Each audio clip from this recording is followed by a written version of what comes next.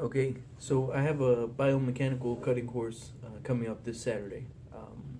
I think a lot of people are unfamiliar with what I'm talking about when I'm referring to biomechanical cutting, and really ultimately proper usage of the knife in a self-defensive fashion.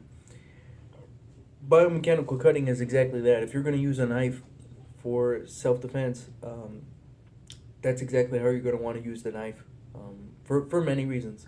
One, it's going to stop the threat, right? So you're going to be able to shut down the threat by cutting the cables, so that way they physically can't hurt you anymore, even if they want to. Um, you're also going to be able to deal with your attacker that may be on drugs, alcohol, other kind of narcotics that are going to start to block pain because you don't cut for pain. People don't feel sharp knives go into their body. So if you're using a knife just for the pain factor, you're using it all wrong. It's designed to actually cut the connective tissue that holds the body together and allows the body to function. We're actually on pretty much like big pulley systems. You start cutting the cables to those pulley systems. Even if the person wants to hurt you, they can't hurt you anymore. Even if they don't feel pain, it doesn't matter because they can't function to be able to hurt you anymore. That is going to be your best way to use a knife. Plus, you know, legal ramification. When you're talking about, using a knife in a self-defensive fashion, you know, you have to think about the aftermath and legally, are you protected? You can't just think, hey, I was defending myself. He had a knife too, or he had a weapon of some sort, or he was trying to kill me. So, I did what I had to do, and I killed the guy, and justice is always going to rule in my favor. That it doesn't work that way. So, you do have to think about the legal ramifications, and how you use that knife is really going to tell a lot of the story. So it's not just what you say, but how does it look? I mean, if you cut this guy's throat like 6 times and then you're trying to claim self-defense, it's a very hard case. But if that's what you were taught, as far as how to use a knife, you were taught to win the battle but lose the war. That's not effective knife self-defense. You need to be able to use the knife effectively to make sure that you preserve your life and get home safe to your family. But at the same time, you have to protect yourself legally. So there's right ways and wrong ways to use that knife. In the knife world, you normally see two different types of knife training. You have the knife training that is just all the fluff stuff, like that Hollywood garbage that's only going to get you killed in a real life situation. Then you do have some of the real pure stuff, but a lot of the real pure stuff was designed for third world militaries. So it's a third world military application. Third world military apply things very differently than we do here. Even our military would not be able to use the knife like this without dealing with some sort of conflict due to rules of engagement and things of that nature, because we're a first world country. So even then, it doesn't exactly carry over. If we're talking law enforcement, they have even more restrictions than our military does as far as what they can and cannot do. And CCW civilians, I mean, we have to follow rules as well. So no matter where you fall in the mix of things, if you're using a knife for self-defense, using it in a biomechanical cutting fashion is going to be your best bet, because it's going to protect you and make sure that you get home safe. It's going to be effective. It's going to work, but it's also legally going to protect you if you're operating in a first world country. If you're operating in a third world country, then, go ahead, use the knife in that application, because you'll be fine. But if you're, living in the United States and you're learning knife training, you really need to be careful as to what kind of knife training you're learning. So you want to avoid the fluff stuff, and then if you're going to do the real stuff, you need to understand the application for it, and how that's going to be looked at under a court of law. So, back to the cutting for pain thing too. I mean, it doesn't work, right? Like, there's been prison fights where guys have been stabbed like 48 times and they've beat the shit out of the guy who won and then got patched up later. So the knife was used very ineffective.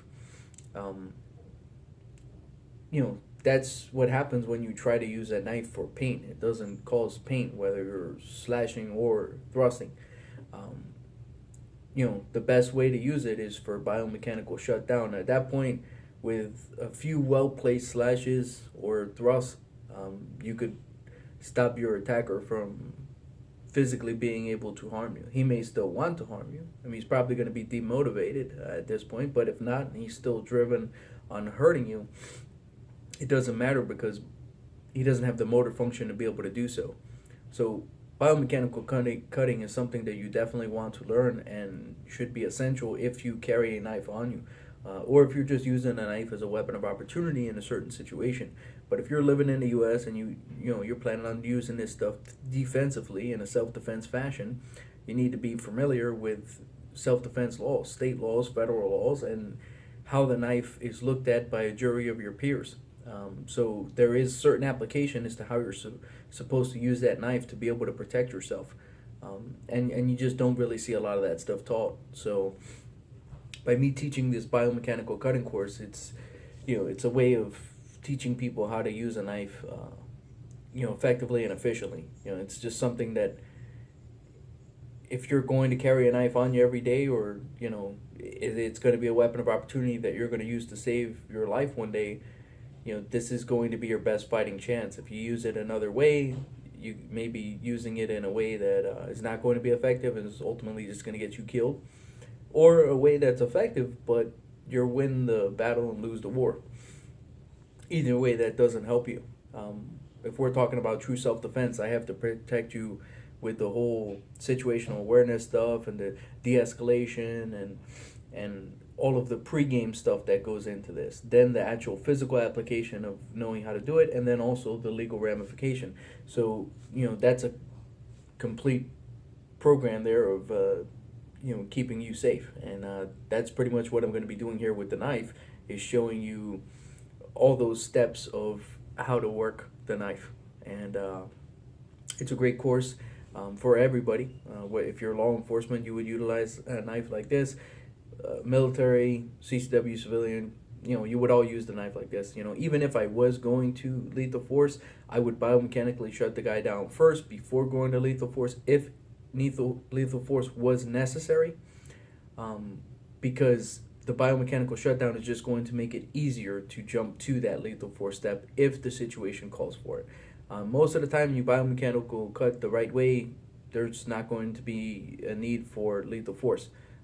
But these things are fast, they're dynamic, they happen, people are moving around. If you don't get those precision cuts, and this person's still intent on killing you, and lethal force it now becomes your last option. It's going to be a lot easier to do if you've cut some of the pulley system that he's going to use to try to hurt you. I mean, people hurt you with their hands.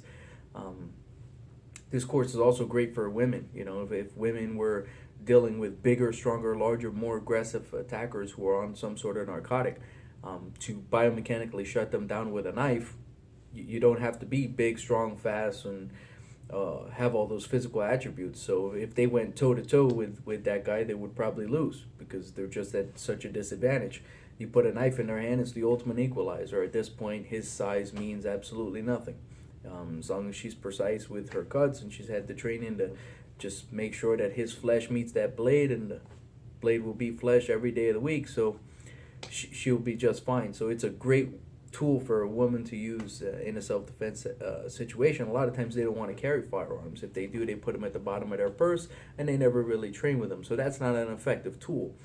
It's much easier to get a woman to want to use a knife than it is a gun, just because knives are part of everyday life. We all use them every day, whether we're shaving, using scissors, X-Acto blades, things like this.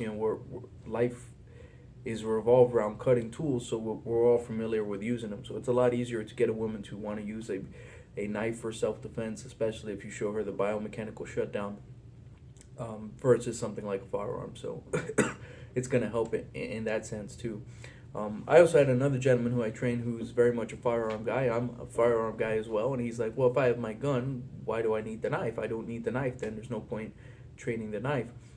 Well, not true. This particular gentleman actually travels to South America a lot, and when he goes to South America, he can't take his gun with him. but what he can do is get a knife there.